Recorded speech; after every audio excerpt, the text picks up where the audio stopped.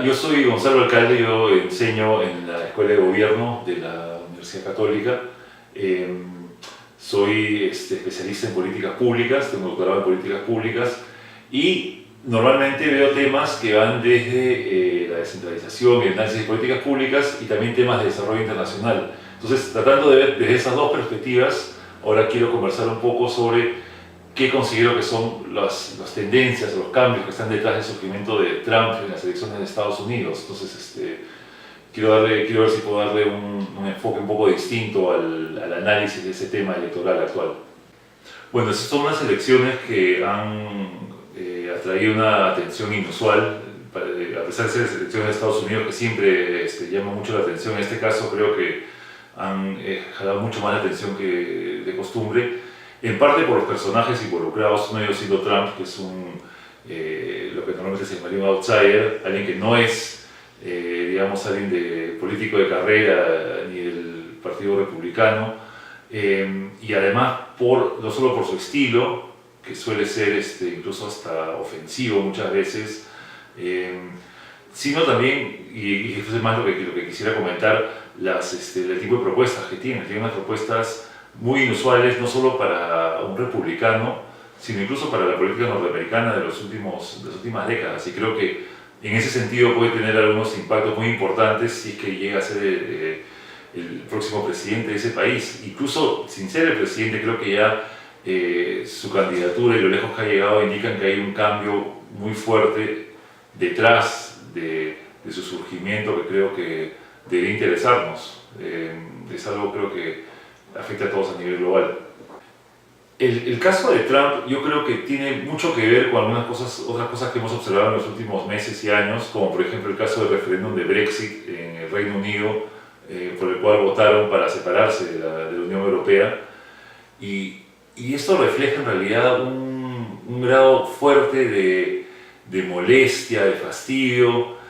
de una gran parte de la población, no solo en Estados Unidos, sino también en Europa y otras partes del mundo.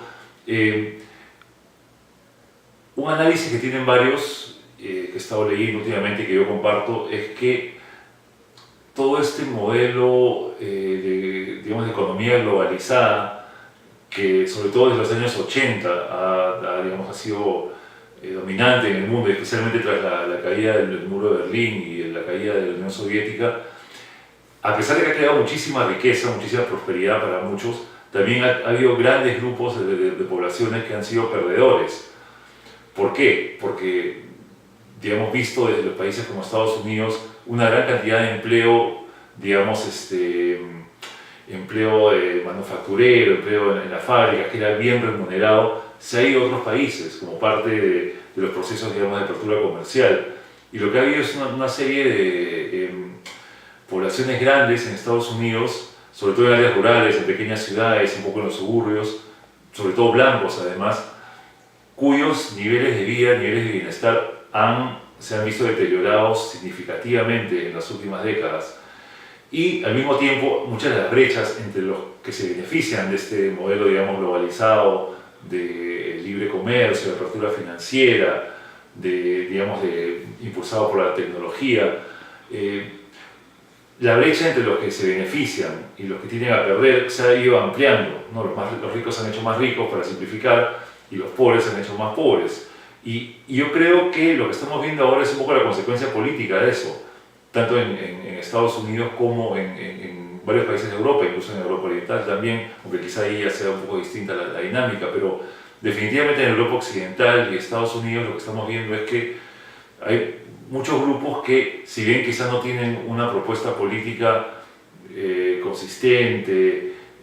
clara, sí ven en alguien como Trump, alguien que expresa esta desazón, este fastidio y estas ganas de cambiar el sistema y esta cólera que tienen además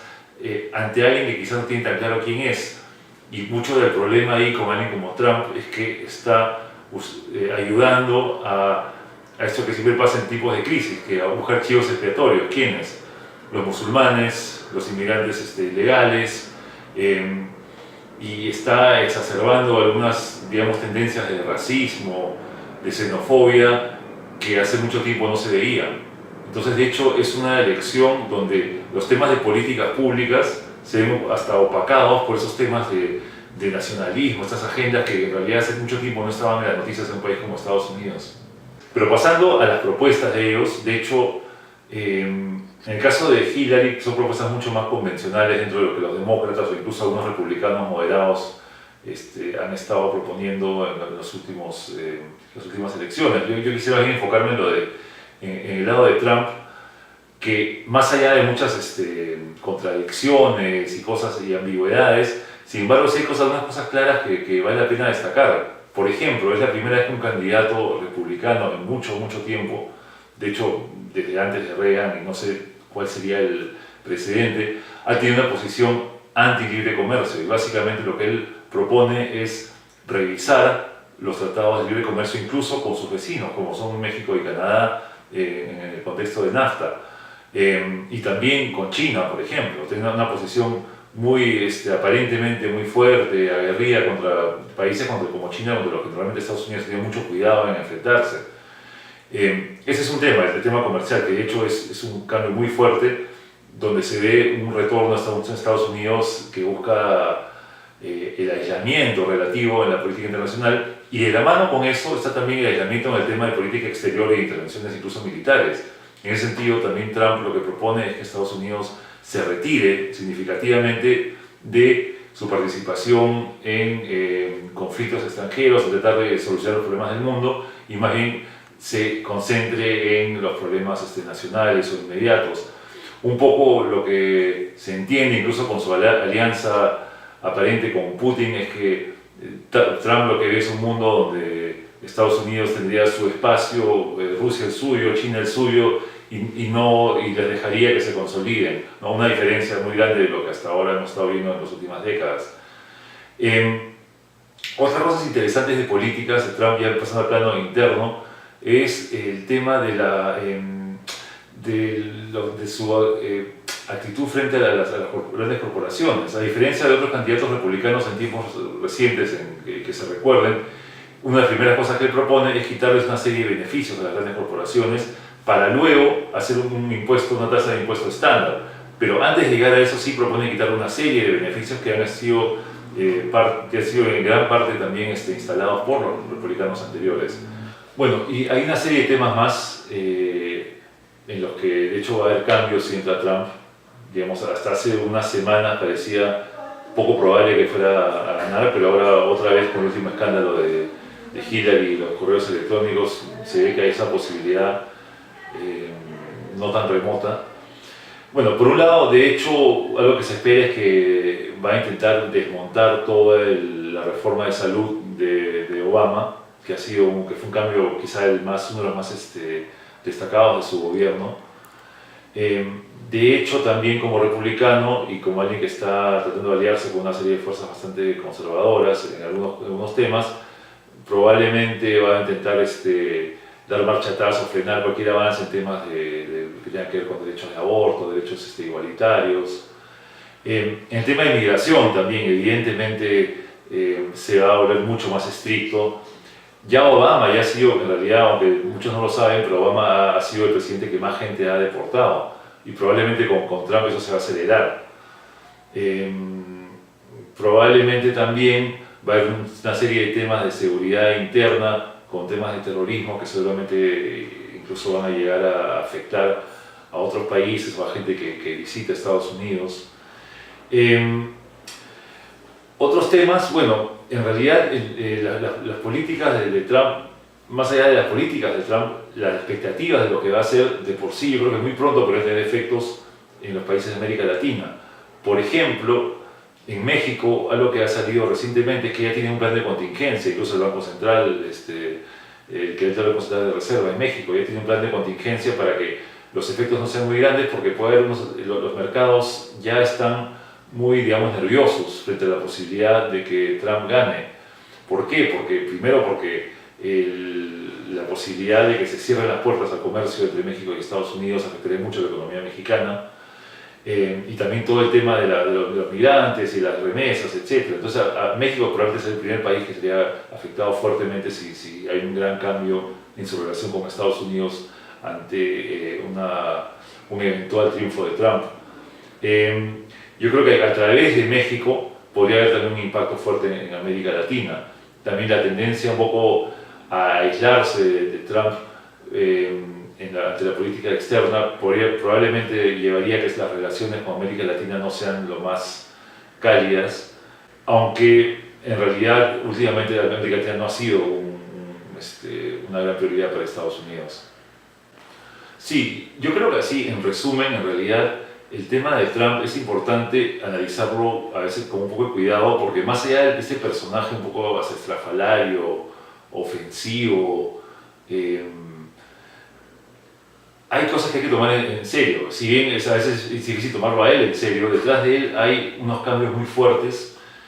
que indican que hay temas que cambiar en lo que podríamos llamar quizá el modelo de la economía global de las últimas décadas. Hay más allá además de la crisis económica desde 2008-2009, que hasta ahora en muchas partes no se recuperan del todo, más allá de eso hay unas tendencias de largo plazo en las que lo que vemos es que se aumentan las brechas, se aumentan las desigualdades entre sectores sociales en los países más ricos,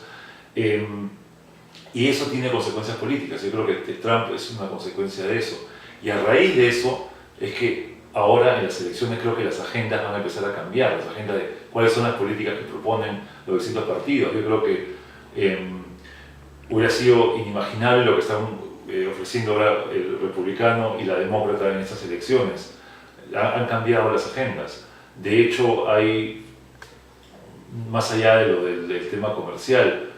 hay algunos temas, por ejemplo, el papel del Estado, los programas sociales. Trump, a pesar de ser republicano y para algunas cosas parecer muy pro empresa, etc., él también propone algunos programas fuertes, por ejemplo, de empleo temporal, de infraestructura, que no suenan muy propiamente republicanos, y básicamente lo que están respondiendo es estos pedidos de grandes sectores que están sin empleo, que viven en zonas donde hay una serie de problemas sociales en las pequeñas ciudades, en el área rural de Estados Unidos. Entonces yo creo que más allá del discurso que puede ser hasta nuevamente ofensivo de Trump, hay que ver que ahí hay unos cambios muy fuertes que hay que tomar en cuenta y que tienen que ver con los efectos de un modelo de desarrollo, ¿no? Y que quizás es difícil imaginarse cómo eso podría darse de manera similar en el Perú o en otros países que también son parte de la economía globalizada, pero en todo caso, si hay una lección hacia acá es que hay efectos de largo plazo, hay brechas que pueden acrecentarse o superarse según qué tipo de modelo de desarrollo y qué tipo de inserción se tiene en la economía global. Y de hecho, el tipo de inserción que tiene Estados Unidos, los países de Europa Occidental, han llevado a una serie de beneficios, un crecimiento económico muy fuerte en las últimas décadas, pero también ha llevado a que hay una serie de grupos que se perciban como perdedores, y eso nuevamente tiene consecuencias políticas.